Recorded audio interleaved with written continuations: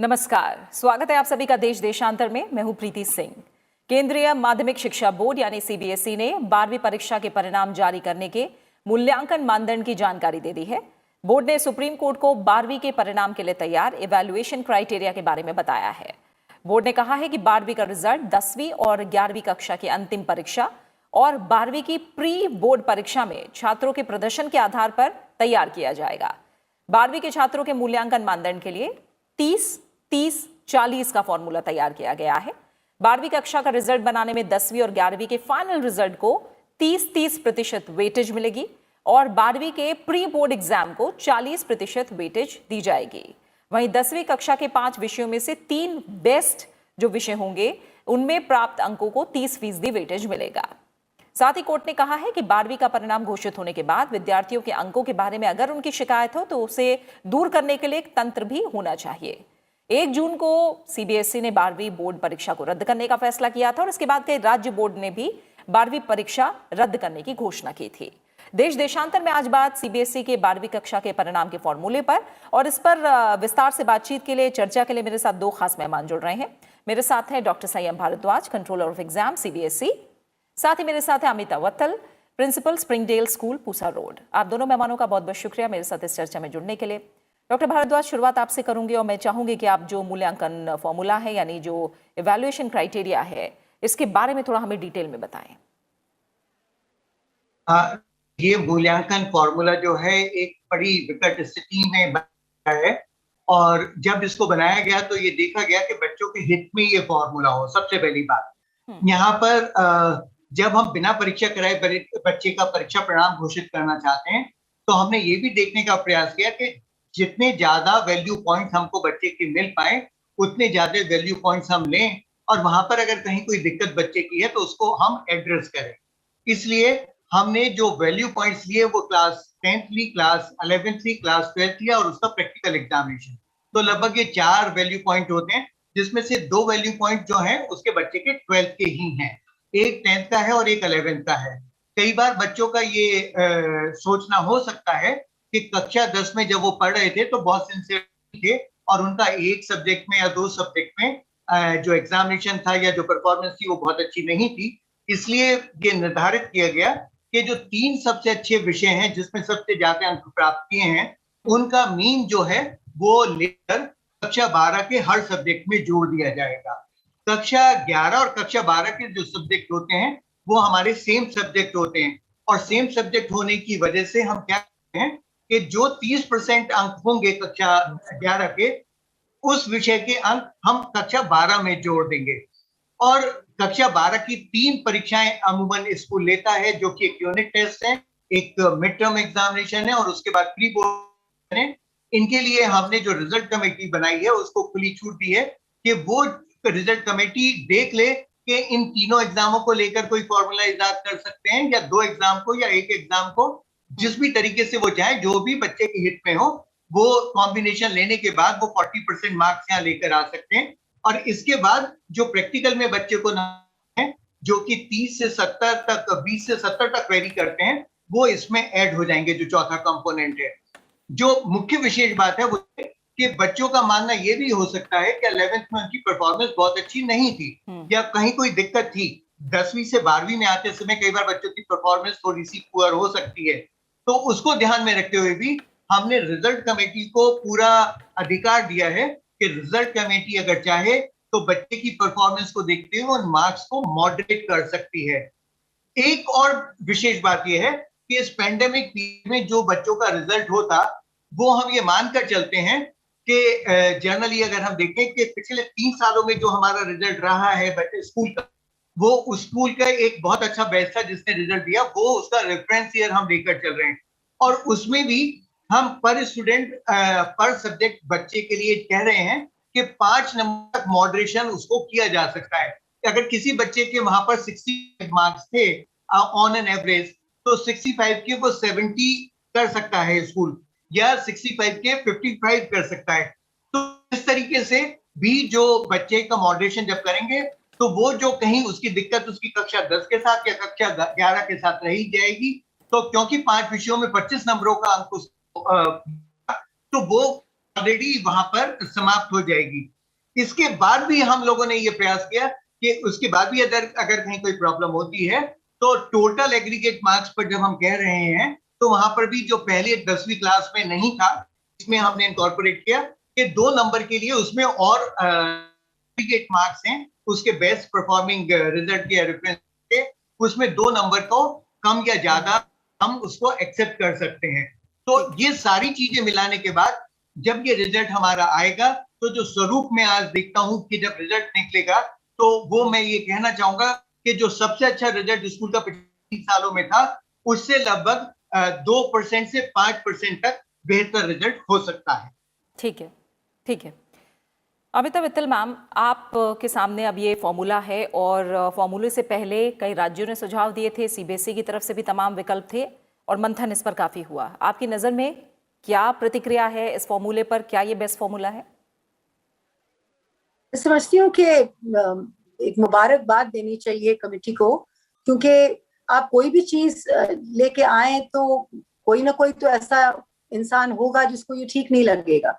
इस तरह की चैलेंजिंग सिचुएशन में मैं समझती हूँ बहुत ही बैलेंस फॉर्मूला है, क्योंकि वो तीनों चीजों को मिलाता है, 10वीं 11वीं और 12वीं, और बच्चों को पूरी छूट दे रहा है। ये फॉर्मूला टीचर्स को, स्कूल्स को दे रहा है कि जैसे भरद्वाज जी ने अभी समझाया कि 10वीं का भी एक रिकॉर्ड है जो बेसिकली वैलिडेट हुआ है, इसका बोर्ड हुआ है, प्री कोविड हुआ है, तो इसमें कोई आपत्ति नहीं है। 11वीं में भी जो इम्तिहान हुए थे वो प्री कोविड हुए थे, और तो उसमें भी ये था कि इतनी सारी छूट दी जा रही है कि अगर बच्चा 11वीं में ठीक नहीं करता है किसी कारण, क्योंकि ये बार बार बोला जा रहा है कि बच्चे कैजुअल हो जाते हैं और बच्चे ज्यादा सुझाव नहीं दे, ज्यादा क्या नाम थे, तवज्जो नहीं देते हैं काम पे 11वीं में, पर उसको भी लेके ये भी कहा जा रहा है कि अगर इस तरह से है तो 12वीं का जो हिस्टोरिकल डेटा है उसको इस्तेमाल कर सकते हैं और 11वीं को अच्छा और कर सकते हैं। और 12वीं का तो मैं समझती हूँ बहुत अच्छी बात है कि 40% इन्होंने लिया है, क्योंकि मैं कहूंगी कि इस साल तो स्कूल्स ने और टीचर्स ने बहुत ही संजीदगी से बच्चों के साथ वो पेश आई हैं, क्योंकि उन्होंने ये देखा है कि कितना ज्यादा सफरिंग हुई है बच्चों के साथ, कितना बच्चों का उथल पुथल हुआ है, तो हर तरीके से उन लोगों को कोई ना कोई मौका दिया गया है, तरह तरह के कोशिशें हुई हैं जिससे बच्चों की असेसमेंट कायदे से हो। तो मैं ये कहूंगी कि तीनों चीजों को साथ रखे, और ये भी साथ रखा गया है कि हर वक्त हर कॉन्सेप्ट के ऊपर मॉडरेशन है, कहीं 5% मॉडरेशन है, कहीं 2% मॉडरेशन है। ये भी देखा जा रहा है कि अगर, और सबसे बड़ी बात यह है कि अगर बच्चे को बिल्कुल ही नहीं समझ में आए और उसको लगे कि हाँ भाई मुझे 95 मिला है, मुझे 98 मिलना चाहिए था, तो वो बाद में एक इम्तिहान दे सकता है। तो ये भी एक बहुत बड़ी विंडो जो छोड़ी है सीबीएसई ने, क्योंकि आखिरकार 12वीं एक लाइव डॉक्यूमेंट होता है, तो अगर बच्चे को थोड़ी सी भी आपत्ति हो कि भाई मुझे 2% 3% ऊपर नीचे, वो बाद में फिर से दे सकता है अपने इम्तिहान जब सारी स्थिति समझ जाए। तो मैं तो ये समझती हूँ कि बहुत ही सोचने के बाद ये जो हमारे सामने ये स्थिति उभर के आई है असेसमेंट की, ये बहुत ही कायदे की है, हर तरह से चाइल्ड सेंट्रिक है, हर चीज के ऊपर तवज्जो दी गई है, और एक मिश्रण हुआ है। क्योंकि देखिए सिर्फ 10वीं को लेना और सिर्फ 12वीं को लेना, क्योंकि 11वीं में स्ट्रीम्स होती हैं, अब वो स्ट्रीम्स के जो सब्जेक्ट्स होते हैं उनसे 10वीं में ज्यादा ताल्लुक नहीं होता है, पर 12वीं में होता है। तो आप बिल्कुल ही 11वीं को स्ट्रीम को इग्नोर नहीं कर सकते, 11वीं के सब्जेक्ट को आप के असेसमेंट को इग्नोर नहीं कर सकते, क्योंकि बच्चे का एक मिश्रण होता है 11वीं 12वीं का, क्योंकि वो वही सब्जेक्ट्स सीखता है दोनों सालों में। तो एक तरह से साइलोज में काम नहीं हो रहा है, एक होलिस्टिक काम हुआ है कि बच्चे ने अगर 11वीं में एक रिजल्ट दिया है तो क्या वो रिजल्ट किस तरह के मायने रखता है 12वीं में। और स्कूल्स को बहुत ज्यादा मौका दिया है कि आगे बढ़ें और इस चीज को आगे लेके आए। और मैं ये कहूंगी कि ये भी कहा गया है कि आईटी सॉल्यूशंस लेके आ रही है सीबीएसई 21 तारीख तक, जिसमें टीचर्स को इतनी ज्यादा परेशानी नहीं होगी, क्योंकि टीचर्स एकदम से घबराने भी लगेंगी कि हम इस तरह से कैसे कैलकुलेट करें कि 10वीं को कहाँ कैलकुलेट करें और 12वीं को 11वीं को अलग अलग कैलकुलेट करें, मीन है, मीन मीडियम्स है, मॉडरेशन है। तो आईटी सॉल्यूशंस लेके आ रहा है सीबीएसई 21 तारीख तक, जिससे टीचर्स की बड़ी हेल्प हो जाएगी। तो मैं ये समझती हूँ कि ये बहुत अच्छा फॉर्मूला है और इसकी मदद भी दे रहा है सीबीएसई स्कूलों को कि किस तरह से इसको लगाना है, किस तरह से बच्चे इससे बेनिफिट करेंगे। तो मैं तो सच में इस बात को उनको मुबारकबाद देती हूँ कि एक होलिस्टिक चाइल्ड सेंट्रिक फॉर्मूला लेके सीबीएसई आई। ठीक है।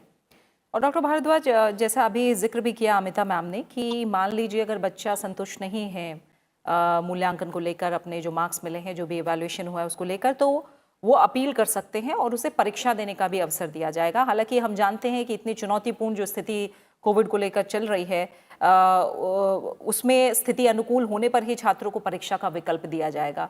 तो ऐसे में क्या आप मान रहे हैं कि ये उतना फीजिबल हो पाएगा? दूसरा, मैं थोड़ा सा जो जिस तरह से कमेटी में इसको लेकर चर्चा हुई है, मैं उसके बारे में भी समझना चाहूंगी कि क्या सभी एक राय थे, मंथन किस तरह से चला? अगर आप थोड़ा सा इसका भी बैकग्राउंड हमें समझाएं। बिल्कुल। देखिए, सबसे पहले तो मैं आपको कमेटी की चर्चाओं के विषय में बताऊंगा कि कमेटी के समक्ष जो है हमने अपनी सारी परिस्थितियों को रखा, बहुत सारा स्टेक होल्डर कंसल्टेशन किया गया, हमने स्कूल से कंसल्टेशन की, अपने सौदे जो विद्यालय हमारे जो कॉम्प्लेक्सेस हैं उनसे कंसल्टेशन की, हमारे पास जो इंडिविजुअल लोगों के भी सजेशन है हमने लोगों ने उनको भी कंसल्ट किया, देखा, और उसके बाद सारी परिस्थितियों को, सारी स्थितियों को हमने कमेटी के समक्ष रखा। विशेष बात यही है कि कमेटी के 13 लोग थे और 13 लोगों ने डिस्कशन के बाद जब पहुंचे तो वो सारे यूनानिमसली इस फॉर्मूले पर एग्री थे कि नहीं, ये फॉर्मूला होना चाहिए, क्योंकि हर फॉर्मूले पर डिस्कशन किया गया। कमेटी जो चाहती थी वो यही चाहती थी कि एक तो जो मूल्यांकन हो बच्चे का वो सही हो, दूसरी जो बात है वो ये कि स्कूलों को परेशानी ना हो, तीसरी बात ये कि बच्चों को फेवर करती हुई पॉलिसी हो, और चौथी ये कि समय पर रिजल्ट निकल जाए। तो इन सब बातों का ध्यान रखकर जो डिस्कशन और जिस तरीके की पॉलिसी बनाई गई उसमें ये बातें बिल्कुल ध्यान से रखी गई कि बच्चों के हित की पॉलिसी हो, स्कूल को कोई परेशानी ना, और सारे लोग यूनानिमसली होकर इस बात पर तय थे कि यही होना चाहिए। लास्ट में भी सब लोगों ने 30-30-40 का जो ये फॉर्मूला था ये एक्सेप्ट किया, और इसके बाद अगर आप मेरी पूरी पॉलिसी को, हमारी जो सीबीएसई की पॉलिसी को देखेंगे तो इसके भी बहुत सारी चीजें उसमें बच्चों के हित की कही गई हैं, जिससे कि कोई भी बच्चा जो किसी भी परिस्थिति का होगा उसको आज की स्थिति में, परिस्थिति में परेशान होने की जरूरत नहीं होगी।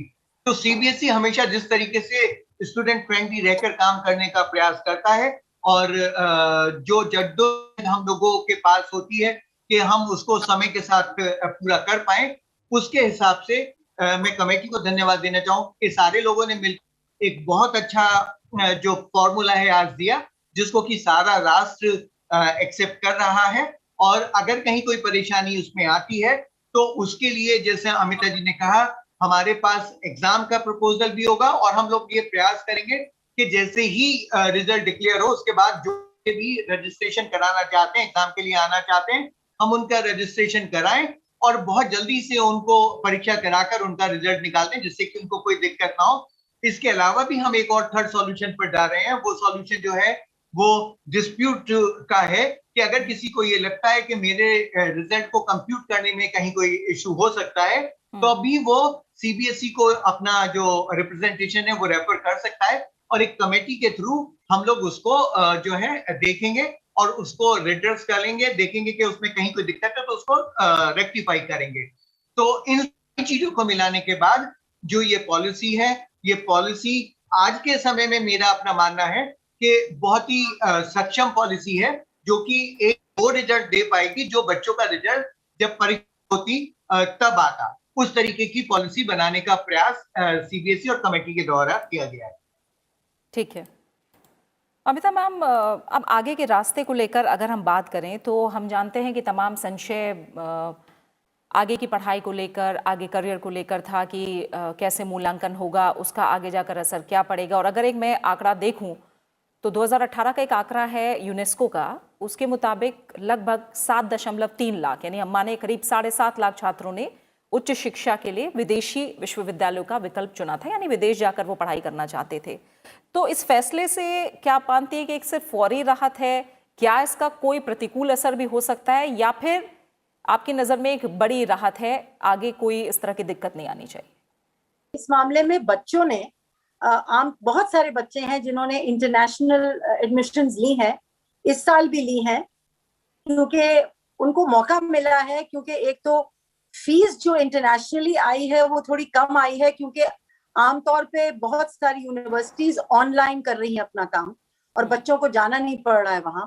तो मैं समझती हूँ कि ये जो हमारी असेसमेंट निकल के आई है उससे उनको बेनिफिट हुआ है, क्योंकि पिछले साल बहुत सारे बच्चों ने गैप ईयर कर लिया था इंटरनेशनली, बिकॉज हमारे जो रिजल्ट थे वो थोड़े देर में आए थे और वो कर नहीं पाए थे, आगे नहीं बढ़ पाए थे। पर इस साल क्योंकि इस तरीके से सीबीएसई आगे बढ़ी है तो बच्चों को मौका मिला है अपनी इच्छा पूरी करने का और बाहर देशों में पढ़ने का, चाहे वो ऑनलाइन पढ़े या ऑफलाइन पढ़े। बहुत एम्बेसीज ने वीजाज भी खोल दिए हैं और बहुत प्राइवेट स्कूलों में बच्चे बाहर देश जा रहे हैं पूरे देश में, और उनको मौका मिल रहा है। और सीबीएसई ने बिल्कुल ही सही वक्त पे ये रिजल्ट डिक्लेयर किया है। तो मैं समझती हूँ जहां जिस बच्चे को गैप ईयर पिछले साल हुआ था, इस साल वो सब जा पाएंगे और अच्छी तरह से पहुंच पाएंगे बाहर देश में। बिल्कुल। इस पर डॉक्टर भारद्वाज, आपकी राय आगे के पढ़ाई को लेकर, अगर मैं विदेशों में बात करूं और अगर अपने देश में ही बात करूं, तो अब जाहिर तौर पर इसके बाद कॉलेज में दाखिला एक अहम कदम होता है 12वीं परीक्षा के बाद। तो आपको क्या लगता है कि दाखिले के मामले में क्या कोई असमानता पैदा हो सकती है, या फिर इसे लेकर भी हो सकता है एक रूपता आए और एक नियम बनाया जाए कि इसी आधार पर आगे दाखिला लिया जाएगा?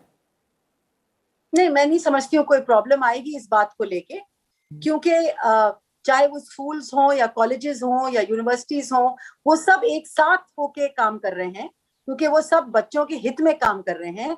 और मुझे ये पूरा यकीन है कि जिस तरह से सीबीएसई का रिजल्ट आएगा उसी तरह से रजिस्ट्रेशन बाकी यूनिवर्सिटीज में होगा।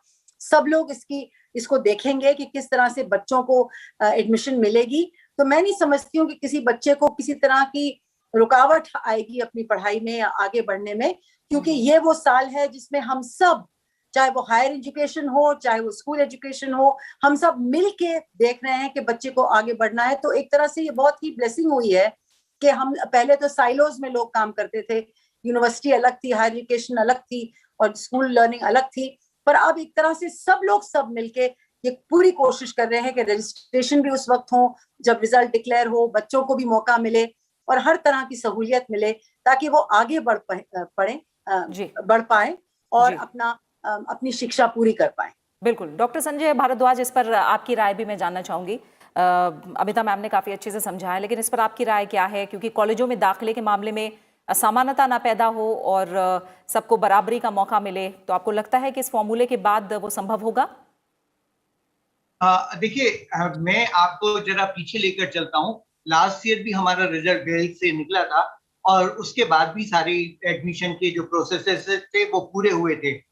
विशेष बात ये है जो अमिता जी ने अभी कही, वो बहुत बहुत मुख्य बात।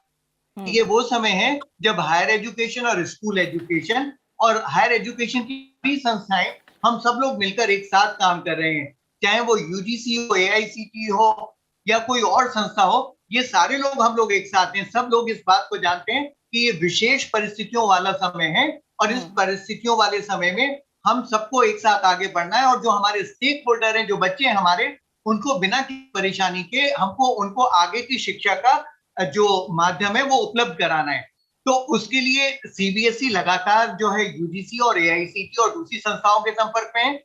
हमारी कमेटी में भी यूजीसी के जो सदस्य हैं वो मेंबर रहे और वो उन्होंने पूरी तरीके से पार्टिसिपेट किया और सारी बातें बहुत खुलकर हुई कि किस तरीके से जो है आगे की पढ़ाई का काम होगा। मुझे बिल्कुल होता कि कहीं आगे आने वाले समय में हमारे छात्रों को हायर एजुकेशन के किसी भी तरीके के कोर्सेज में जाने पर, चाहे वो यूनिवर्सिटी में जाए चाहे वो प्रोफेशनल एग्जामिनेशन में जाए, कहीं पर भी कोई दिक्कत होगी। एनटीए भी हम लोगों के साथ मिलकर काम कर रहा है। तो ये बहुत ही अच्छी बात है कि सारी ऑर्गेनाइजेशन जब एक बच्चों के हित में काम कर रही हैं, तो मैं ये विश्वास जरूर आपको दिलाना चाहूंगा कि बिना किसी परेशानी के बच्चों की आगे की पढ़ाई जो है वो पूरी हो पाएगी। ठीक है। और उसके बाद अमिता मैम, मैं आपकी राय इसको लेकर भी समझना चाहूंगी। ठीक है, अभी एक फॉर्मूला निकला है, आगे को लेकर जो शंकाएं हैं वो भी कितनी दूर हुई हैं, ये बात भी आप लोगों ने बताई है। लेकिन क्या आपको लगता है कि इस चुनौतीपूर्ण कोरोना की स्थिति के बाद आपको लग रहा है कि पूरे एक तरह से हम एजुकेशन सिस्टम की बात करें या फिर मूल्यांकन की बात करें, उस पर कहीं ना कहीं एक मंथन का दौर फिर से शुरू हुआ है और बड़ा बदलाव हम अपने एजुकेशन सिस्टम में आने वाले दिनों में, आने वाले सालों में क्या हम देख सकते हैं? ये आपने बिल्कुल ठीक बात कही, क्योंकि मैं समझती हूँ कि हमें एक बहुत बड़ा मौका मिला है। ये मौका मिला है कि हम आगे बढ़ें और हम असेसमेंट, इवैल्यूएशन, टीचिंग, लर्निंग, उसका पूरा एक, जैसे कहते हैं, 360 डिग्री इसमें चेंज आएगा और आना चाहिए। क्योंकि जिस तरीके से हम लोगों ने पिछले 2 सालों में जो हमारे ऊपर बीती है, हमने देखा है कि जो एनईपी, नेशनल एजुकेशन पॉलिसी लेके आई है, हमें उसमें सच में पूरी तरह से इंटरनलाइज करना चाहिए, टीचर ट्रेनिंग करनी चाहिए, क्योंकि ये इस तरह की स्थिति बार बार पैदा हो सकती है और हमें इस वक्त ऐसी सिचुएशन में नहीं होना चाहिए जो हम अभी थे। और मैं ये कहती हूँ कि सीबीएसई बहुत सारी ट्रेनिंग्स कर रही है, उस ट्रेनिंग्स में तरह तरह की असेसमेंट भी शुरू कर देगी। मैं श्योर हूँ इस बात को लेकर, क्योंकि जब तक हम टीचिंग लर्निंग प्रैक्टिसेस नहीं चेंज करेंगे, अपने असेसमेंट नहीं चेंज करेंगे, ऐसा मौका बच्चों को नहीं देंगे। और मैं समझती हूँ कि सरकार को ऑप्टिक फाइबर्स लगाने चाहिए ताकि पूरे बच्चे कनेक्ट हों, डिवाइसेस, एक टेक्स्ट बुक की जगह में डिवाइसेस देनी चाहिए, ताकि कम से कम अगर इस तरह की प्रॉब्लम कभी आए तो कोई भी बच्चा ये न कहे कि मैं पिछड़ गया अपनी पढ़ाई से, मैं अलग हो गया, क्योंकि ये हुआ है, चाहे हमें अच्छा लगे या बुरा लगे, पर रूरल इंडिया में बहुत हुआ है। और अभी तो ठीक है, हम सब प्राइवेट स्कूलों में बात कर रहे हैं, पर ये परेशानियां जरूर आई हैं और एक लर्निंग गैप हुआ है। तो ये लर्निंग गैप हम बिल्कुल ही नहीं, हमें मिलना चाहिए इस तरह का लर्निंग गैप हमारे बच्चों को, क्योंकि हमारे बच्चे तो हमारी लेगेसी हैं और फ्यूचर में वो क्या समझेंगे अगर, और जो लर्निंग गैप छोटी उम्र में हो जाता है वो फिर बड़ी मुश्किल से वो लेसन होता है। तो इसलिए बहुत जरूरी ये है कि हम अपने पूरे टीचिंग लर्निंग को चेंज करें, अपने असेसमेंट इवैल्यूएशन को चेंज, लर्निंग लेके आए। और इसमें मुझे पूरा यकीन है कि सीबीएसई, क्योंकि बड़ा पायनियरिंग बोर्ड है, ये इसको आगे लेके चल रही है और ऑलरेडी हम इसका फायदा हम उठा रहे हैं। हमें तरह तरह के आईटी क्या डिसीजंस मिल रहे हैं जिससे हम आगे बढ़ पा रहे हैं और अपने बच्चों को सहूलियत दे पा रहे हैं। पर ये झंझोड़ के रख दिया है कोविड ने हमारे पूरे एजुकेशन लर्निंग सिस्टम को, और हमें इसको एक तरह से जोड़ना है, मिलाना है।